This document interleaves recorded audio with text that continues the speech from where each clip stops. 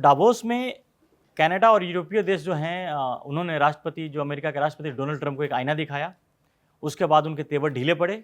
लेकिन इसी बीच में जब डोनाल्ड ट्रंप को मौका मिला, जब गाज़ा पीस कमेटी की जब उसमें कहते हैं ना ओपनिंग सेरेमनी या और जो भी कह लीजिए, उस वक्त उनको जब उन्होंने बोला तो कहीं और नहीं धमकी क्यों दे रहे हमास को। उन्होंने हमास को कहा कि उसकी मटिया मेट कर देंगे या उसको जो भी कर देंगे, उस हमास को जो ऑलरेडी नॉन एग्जिस्टेंस ही है। तो मिला-जुला की स्थिति यही लग रही है कि जिस तरह से ग्रीनलैंड को लेकर यूरोपीय देशों ने जो एक कड़ा तेवर अपनाया है और डोनाल्ड ट्रंप भी अब लगता है यू टर्न की तरफ वहाँ भी बहुत तेज़ी से बढ़ते जा रहे हैं। तो ऐसा लग रहा है कि अब घूम फिर कर के फिर वहीं आ रहे हैं क्योंकि उनको क्रेडिट लेना है और बार-बार इस बात का दावा भी करते हैं कि 8 देशों के युद्ध रुकवाए हैं। तो अब घूम फिर के फिर से हमास के पास पहुंच गए हैं। कहते हैं ना कि कहावत है ना संजय जी कि लौट के बिद्दू घर को आया। तो ऐसा लग रहा है कि अब डोनाल्ड ट्रंप जब सबसे हार गए, जब उनकी पुतिन के साथ दादागिरी नहीं चली, भारत के साथ दादागिरी नहीं चली, चीन के साथ दादागिरी नहीं चली, यूरोप के साथ भी जिस तरह से करना चाहिए, यूरोप के जो खुद उनके एलाइज हैं उन्होंने जिस तरह से इनका विरोध कर रहे हैं, अब उनको लग रहा है दाल शायद वहाँ भी न गले।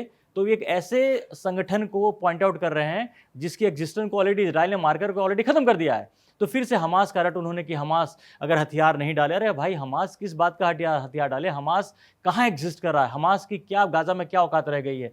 तो फिर लेकिन इस बात में भी जोड़ देते हैं कि 8 युद्ध खत्म कराए हैं। तो अब लगता है कि जिनके तेवर डोनाल्ड ट्रंप के तेवर ग्रीनलैंड लेक को लेकर काफ़ी ढीले पड़ते जा रहे हैं, लगता है यू टर्न वाली स्थिति में वहाँ भी आ रहे हैं। टैरिफ की बात की लेकिन उसको लेकर कोई कॉन्क्रीट वो नहीं है। अब ये भी कह रहे हैं कि अपनी आर्मी को वहाँ नहीं भेजेंगे, शक्ति का इस्तेमाल नहीं करेंगे ग्रीनलैंड मिलने के लिए, यानी कि मिलाजुला की स्थिति फिर वहीं से यू टर्न की तरफ ही आ रहा है। नहीं, सही बात कर रहे हैं। और दूसरे पहले तो मैं हमास की स्थिति स्पष्ट कर देता हूँ। जब से हमास में समझौता हुआ है इजराइल और हमास के बीच में, तब से हमास लगभग निष्क्रिय है। हमास पूरी तरह से सहयोग कर रहा है किस तरह से वहाँ पे शांति बन सकती है। अब उसका रोल केवल वहाँ पर यह है कि उसके पास अभी भी जो बंधक हैं, उन बंधकों को वो इजराइल को वापस कर रहा है। बाकी हथियार डालने वाला जो उसका मामला है, हथियार वो लगातार डाल रहा है। ऐसी कोई भी घटना 2 महीने 3 महीने में नहीं है, कुछ ऐसी घटनाएं भी नहीं है, कोई ऐसी घटना नहीं हुई है। हालांकि ये बात सही है कि इजराइल और अमेरिका दोनों ये चाह रहे हैं, सोच रहे हैं कि हमास कुछ गतिविधियां करे जिससे उनको फिर बहाना का मौका मिले, बहाना मिले। तो लेकिन ये तो एक चीज है, क्योंकि आप देखिए, खुद आप देखेंगे कि हमास पिछले 2-3 महीने से समाचारों से, सुर्खियों से गायब है। तो एक तो यह है। दूसरे, अगर हम ट्रंप का एक पूरा का पूरा एनालिसिस करते हैं तो ट्रंप का एनालिसिस वाकई बड़ा विचित्र सा होता है कि वो बहुत ढेर सारी धमकियां देते हैं, बहुत ढेर सारे कदम उठाते हैं, बहुत ढेर सारे फैसले करते हैं और फिर उस पर वापस हो जाते हैं। हालांकि ये बात सही है कि उनकी इन तमाम चीज़ों के कारण पिछले 1 साल में वर्ल्ड ऑर्डर तितर बितर हो गया है, पूरे हर देश तनाव और दबाव में है। लेकिन ये सही है, उनकी कार्यशैली है कि वो पहले धमकाते हैं और फिर बैक कर जाते हैं। तो यही दिख रहा है कि हमास की चर्चा, मुझे तो लगा कि आपने सही बोला कि पिछले कुछ महीनों से हमास की खबरें ही नहीं आ रही थी, बात भी इस पर नहीं हो रही थी। लेकिन डोनाल्ड ट्रंप ने अचानक हमास को धमकी दे रहे हैं। इससे ही साफ पता चलता है कि एक डोनाल्ड, आपने सही बोला कि एक कहीं ना कहीं एक साइकोलॉजी है कि जब भी डोनाल्ड ट्रंप से जब चीज़ें खिसकनी शुरू हो जाती हैं हाथ से, अब उनको लगा कि ग्रीनलैंड के इशू को लेकर के यूरोप के देश झुकने को तैयार नहीं है, उनके खिलाफ अमेरिका की खिलाफत बढ़ रही है, कनाडा जैसे देश ने भी जो कि आंखें दिखा रहा है। तो अब डोनाल्ड ट्रंप को लग रहा है कि कहीं ऐसा ना हो कि फंस जाए, तो अब ये नया गुफा फिर से ये वो लेकर के आ गए। एक तरफ आप बात कर रहे हो कि गाजा को डेवलप करेंगे, बसाएंगे, सब कुछ करेंगे और हमास सहयोग कर भी रहा है, तो उसमें हमास की चर्चा करके ही, और बार बार वो ये बताना नहीं भूलते हैं, वो ये भी जरूर बताते हैं कि 8 युद्ध खत्म करा। तो स्थिति फिर वहीं आती है कि जो उनको क्रेडिट लेने की जो उनकी जो सनक है ना, उसमें किसी तरह की कमी नहीं आ रही है। और बार बार शायद यही वजह है कि वो ऐसी जगहों पर जाते हैं कि जो उनका अब हमास की तरफ से ना ही इसकी कोई बात आएगी, न कोई विरोध करेगा, या अपना स्टेटमेंट देके निकल जाएंगे। बिल्कुल सही बात है। देखिए, एक बात तो ये है कि गाजा में जो शांति प्रस्ताव है, शायद ये अकेला ऐसा है जहां पर मान लेते हैं कि ट्रंप और उनके सलाहकारों ने जो काम किया वहां पे शांति आई है।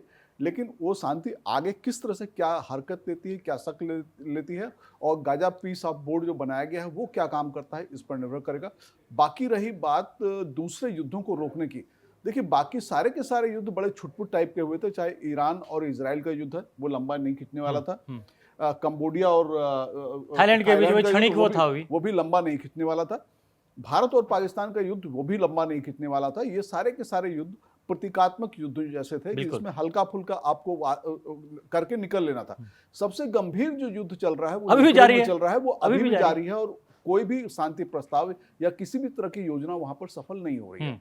तो ये है कि हाँ ठीक है, ट्रंप की अगर हम पर्सनालिटी फिर से बात करेंगे, ट्रंप की हम पूरी की पूरी पर्सनालिटी अगर हम देखते हैं तो उसमें डींग हाँकना, क्रेडिट लेना, बड़ी बड़ी बातें करना, ये लगातार उनके एक बिहेवियर में शामिल है। और ये एक तरह की मनोवैज्ञानिक स्थिति है जिस पर काफी अमेरिका में विश्लेषण भी हो रहा है। लेकिन इसके वजह से क्या हो रहा है कि जो इनकी हरकतें हैं उसकी वजह से जो उनके दोस्त हैं, जो अमेरिका के दोस्त हैं, एलाइज हैं, वहां बहुत तेजी से नाराजगी फैल रही है। अब तक तो बात अगर पुतिन की बात करें, चलो समझ में आती है कि पुतिन दुश्मन है या रूस दुश्मन देश है तो वो कर रहा है। भारत को भी पता नहीं अमेरिका क्या मान के चलता, उसको भी आप छोड़ दीजिए। चीन के साथ भी जो उनके रिलेशन है वो भी अलग बात है। लेकिन जब नेटो के देश जो अमेरिका के एलाइज हैं, अमेरिका के ऊपर काफी हद तक निर्भर है सुरक्षा को लेकर के भी, वो भी जब अगर अग्रेसर एक भी जोड़ दूं बात में कि ब्रिटेन के लेबर पार्टी के जो नाम भूल रहा हूं उनका जो प्रेसिडेंट है, उन्होंने तो इंटरनेशनल माफिया तक कह डाला है डोनाल्ड ट्रंप को। कि आप सोचिए कि किस तरह के पश्चिम के देशों में डोनाल्ड ट्रंप को लेकर किस तरह की सोच है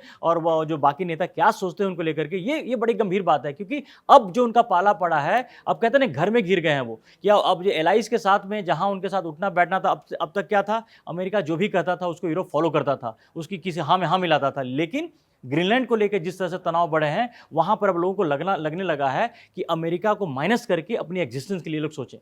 देखिए, ये अभी तक दूसरे विश्व युद्ध के बाद अमेरिका का जो पूरा अस्तित्व है या अमेरिका को जो पूरी इंपॉर्टेंस है वो यूरोप के उसके साथ होने के कारण है। अगर जिस दिन यूरोप अमेरिका को साथ देना बंद कर देगा या अमेरिका से किनारे हो जाएगा, अमेरिका का जो पूरा एक प्रभाव मंडल है, अमेरिका की जो ताकत दिखती है वो ताकत खत्म हो जाएगी। क्योंकि देखिए, और दूसरी बात मैं एक चीज और कहूं कि ट्रंप के पिछले 1 साल के फायदों ने सबसे ज्यादा अगर किसी को फायदा पहुंचाया है तो चीन को। बिल्कुल, चीन का ट्रेड सरप्लस हो गया है, यूरोप चीन की तरफ आ रहा है, भारत चीन की तरफ चला गया है, अफ्रीकी देश लगातार उससे व्यापार कर रहे हैं, तो पूरा का पूरा फायदा चीन को हुआ है, जिसको नुकसान पहुंचाना चाहते थे। यानी कि इनकी पॉलिसी जो रही है, जो रणनीति रही है, उल्टा उसका असर हो रहा है कि डोनाल्ड ट्रंप चीन को कमजोर करना चाहते थे, भारत को भी कमजोर करना चाहते थे। मत भूलिए कि भारत को भी जिस तरह से, देखिए भारत से जो सबसे बड़ी समस्या रही है डोनाल्ड ट्रंप की, उनको यह लगा कि डिफेंस सेक्टर में भारत कैसे पावरफुल हो सकता है और जो महाशक्ति के तौर पर आपने देखा भी होगा कि भारत से जो उनकी जो प्रॉब्लम ज्यादा शुरू हुई है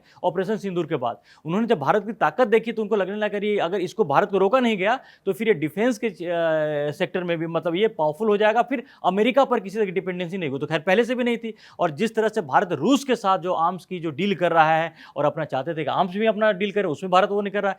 तो अब मिला जुला की स्थिति इनके लिए, डोनाल्ड ट्रंप के लिए है कि खिसियानी बिल्ली खम्मा नोचे, कि वो जो भी कोशिश कर रहे हैं उसमें नाकामी हो रही है। जैसा आपने बताया कि चीन को लेकर के भी जो उनकी पॉलिसी रही है, चीन और पावरफुल हो गया। और जो सबसे खतरनाक बात है, जो आज जो सबसे ज्यादा डर सता रहा है डोनाल्ड ट्रंप को, ब्रिक्स के नाम से बहुत डरते हैं, क्योंकि ब्रिक्स एक ऐसा ऑर्गेनाइजेशन है जिसके सहारे भारत, चीन, रूस मिलकर, 3 जो महाशक्तियां मिल करके बाकी अफ्रीका की कंट्री, कई दूसरे कंट्री को ला करके वो एक ऐसा ऑल्टरनेटिव प्लेटफॉर्म बना रहे हैं जिसका सबसे ज्यादा अगर नुकसान होगा तो अमेरिका को नुकसान होगा। बिल्कुल होगा। और देखिए, ब्रिक्स लगातार जो चीजें वो कर रहे हैं उससे ब्रिक्स मजबूत हो रहा है। और ये बात सही है कि ट्रंप ने पूरी की पूरी दुनिया को वो मौका दिया है कि हर देश अब ये सोचने लगा है कि अमेरिका से अलग जाकर के हम कैसे रह सकते हैं, कैसे फल फूल सकते हैं और हम अपनी इकोनॉमी को कैसे चला सकते हैं, ताकत अपनी कैसे पा सकते हैं। तो ये, और अमेरिका का डर धीरे धीरे खत्म हो रहा है। ये एक बड़ी रोचक चीज हो सकती है। हालांकि इसके आंकड़े किसके पास हैं कि पूरा का पूरा यूरोप अगर एक साथ हो जाता है तो अमेरिका उसके सामने कितना ताकतवर होगा, कितना नहीं होगा। क्योंकि उसमें अगर यूरोप की बात करें, फ्रांस, जर्मनी, ब्रिटेन, 3 महाशक्तियां हैं। इनके पास भी जो सैन्य पावर है ये कम नहीं है, तकनीकी पावर है ये कम नहीं है। तो इस हिसाब से अगर देखें तो अमेरिका में खुद इस बात को लेकर काफी असंतोष है कि एक जो पूरा प्रभाव मंडल, वर्ल्ड ऑर्डर अमेरिका का तैयार हुआ था, वो ट्रंप उसको छिन्न भिन्न कर रहे हैं। एक और इसमें खतरा संजय जी, जिसको ट्रंप शायद समझ नहीं पा रहे हैं, कि अगर यूरोप को ज्यादा अगर उनको आशंका, किसी चीज की आशंका होगी और अमेरिका से खतरा लगेगा, तो इसमें क्या, उनको तो किसी देश से, कहीं अगर उन्होंने अपनी अलाइनमेंट रशिया के साथ कर ली तो इनको तो और प्रॉब्लम होने वाली है। देखिए, ये अभी अनलाइकली दिखता है, लेकिन जब एग्जिस्टेंस का सवाल आता है, अस्तित्व का सवाल आता है, और अमेरिका की ही पॉलिसी अगर लगातार जारी रहती है, तो अगर वो यूरोप अगर रूस के करीब चले जाए, सुरक्षा को लेकर चला जाए और रूस इसमें कोई इंटरटेन कर दे, तो अमेरिका कहीं का नहीं रहेगा, अमेरिका मुंह दिखाने लगे बचेगा। दूसरे देखिए, विश्व राजनीति में हमेशा फायदे नुकसान से चीजें चलती हैं। जिस दिन दुनिया के यूरोपीय देश ये देखने लगेंगे कि अमेरिका उनके लिए फायदेमंद नहीं है बल्कि नुकसानदायक हो रहा है, उनको दबाने की कोशिश कर रहा है, तुरंत एक अल्टरनेटिव जो रास्ता है उसको देखने की, अब उसको खोजने की तरीका वो शुरू कर देंगे। तो ये कोई असंभव बात नहीं है कि वो रूस की तरफ चले आए। हालांकि ऐसा होगा नहीं, लेकिन ये जरूर हो सकता है कि रूस अपने आप में अपने को एक साथ जोड़ ले और अमेरिका से खुद को दूर। जब वर्ल्ड ऑर्डर चेंज होता है तो हर देश अपने अपने अस्तित्व की सोचता है, अपने फायदे की सोचता है। यही वजह है कि भारत और चीन, जो कुछ समय पहले तक एक दूसरे के कट्टर दुश्मन के तौर पर देखे जा रहे थे, अमेरिका की वजहों से काफी करीब आए हैं।